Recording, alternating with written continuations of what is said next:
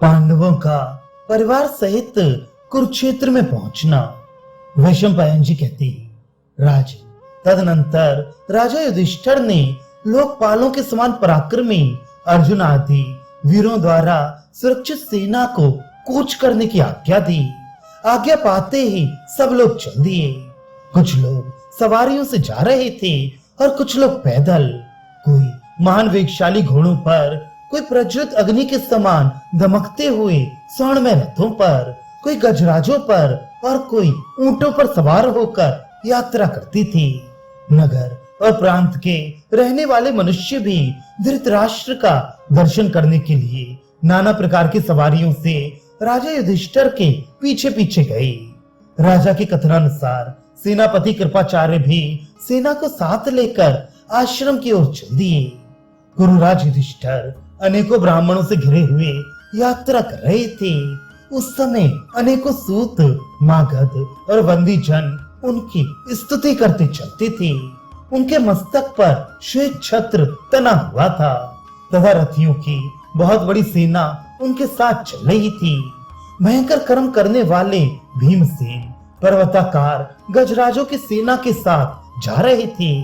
उन गजराजों के पीठ पर अनेकों यंत्र और आयुध सुसज्जित किए गए थे। माद्री कुमार नकुल और सहदेव घोड़ों पर सवार थे। महातेजस्वी जितेंद्रिय अर्जुन सफेद घोड़ों से जुते हुए दिव्य रथ पर, जो सूर्य के समान दैदीप्यमान हो रहा था, सवार होकर राजा युधिष्ठिर का अनुसरण करती थी। द्रौपदी आदि स्त्रियां भी शिविकाओं में बैठकर गरीबों को असंख्य धन बांटती हुई जा रही थी। रनिवास के अध्यक्ष सब ओर से उनकी रक्षा कर रहे थे। पांडवों की उस सेना में रथ, हाथी और घोड़ों की अधिकता थी। उसमें कहीं वेणु बज रहा था और कहीं वीणा।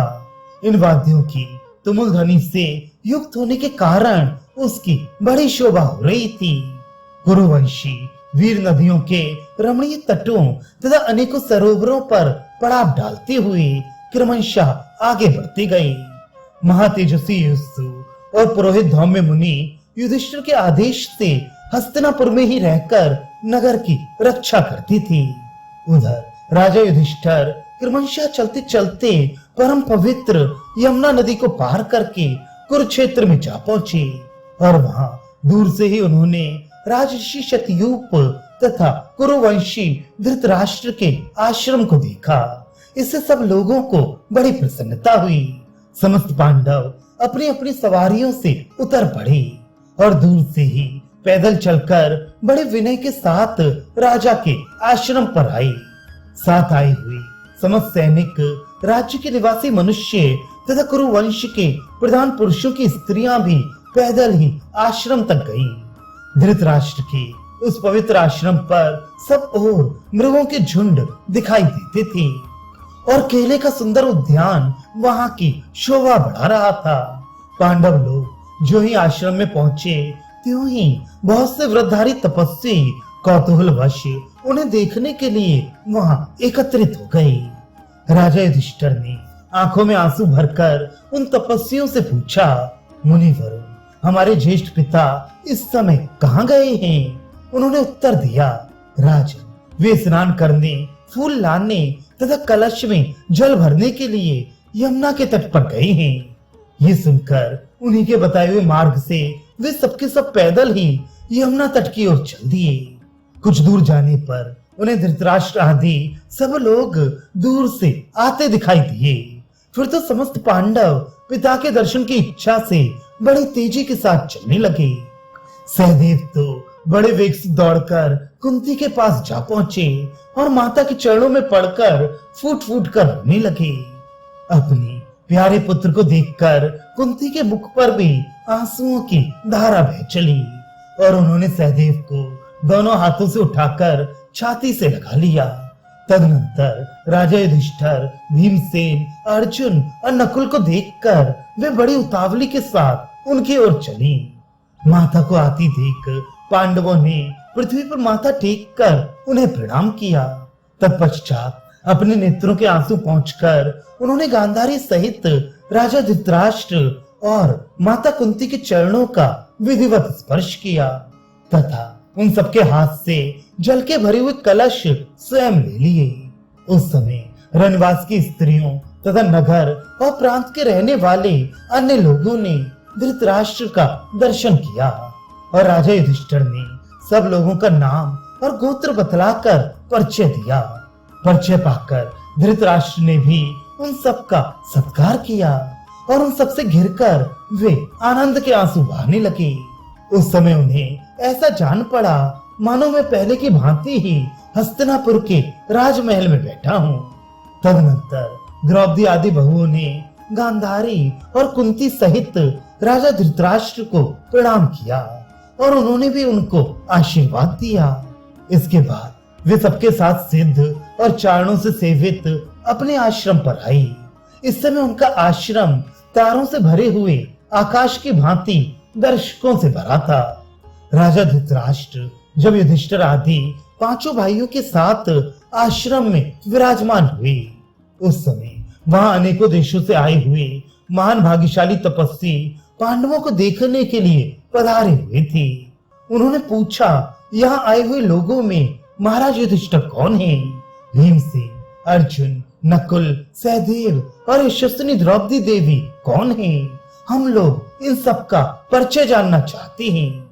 उनके इस प्रकार पूछने पर संजय ने समस्त पांडवों तथा द्रौपदी आदि कुरुकुल की स्त्रियों का परिचय देते हुए कहा, ये जो स्वर्ण के समान गोरे और ऊंचे कद वाले हैं, जिनकी नासिका नुकीली और नेत्र बड़े बड़े एवं कुछ लालवा लिए हुए हैं, ये सिंह के समान बैठे हुए कुरुराज युधिष्ठिर हैं, जो मतवाले गजराज के समान चलने वाले, तपाए हुए सोने के समान गौर वर्ण तथा मोटे और चौड़े कंधे वाले हैं, जिनके भुजाएं मांसल और विशाल हैं। इनका नाम भीमसेन है।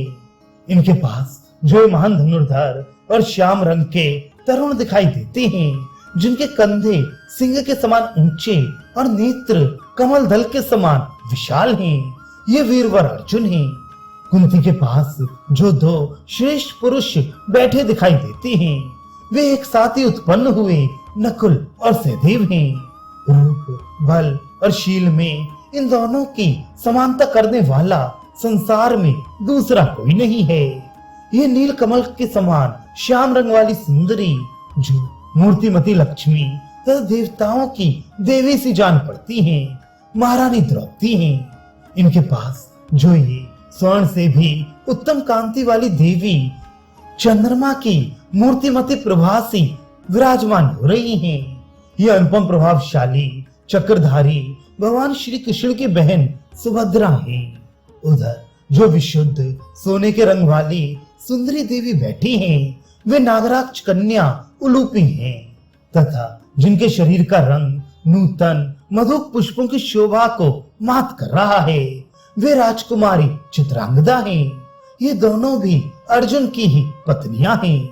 ये जो इंदिवर के समान श्याम वर्ण वाली राजमहला विराजमान है, ये श्री कृष्ण के साथ टक्कर लेने का हौसला रखने वाले राज सेनापति के बहन और भीमसेन की पत्नी हैं। साथ ही ये जो चंपा के समान गौर वर्ण वाली सुंदरी बैठी हुई हैं, ये मगधराज जरासंध की कन्या एवं मातृ कुमार सहदेव की भार्या हैं।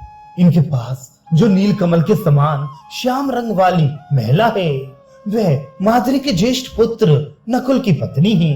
और ये जो तपाए हुए कुंदन के समान गोरे रंग वाली तरुणी गोद में बालक लिए बैठी है, ये राजा विराट की कन्या एवं अभिमन्यु की धर्म पत्नी उत्तरा है। इनके सिवा यहाँ जितनी स्त्रियां सफेद चादर ओढ़े विधवा वेश में बैठी हुई हैं, जिनके सीमंत सिंदूर शून्य दिखाई देते हैं, ये सब दुर्योधन आदि 100 भाइयों की पत्नियां और इन बूढ़े महाराज की पुत्र वधुएं हैं। इनके पति और पुत्र रण में मारे जा चुके हैं। महर्षियों, आपके प्रश्न के अनुसार मैंने इनमें से मुख्य मुख्य व्यक्तियों का परिचय दे दिया। इस प्रकार संजय के मुख से सबका परिचय पाकर वे सभी तपस्वी चले गए। पांडवों के सैनिकों ने वाहनों को खोलकर आश्रम की सीमा के बाहर पड़ाव डाल दिया तथा स्त्री, वृद्ध और बालकों का समुदाय छावनी में सुखपूर्वक विश्राम लेने लगा। उस समय राजा धृतराष्ट्र पांडवों से मिलकर कुशल समाचार पूछने लगे।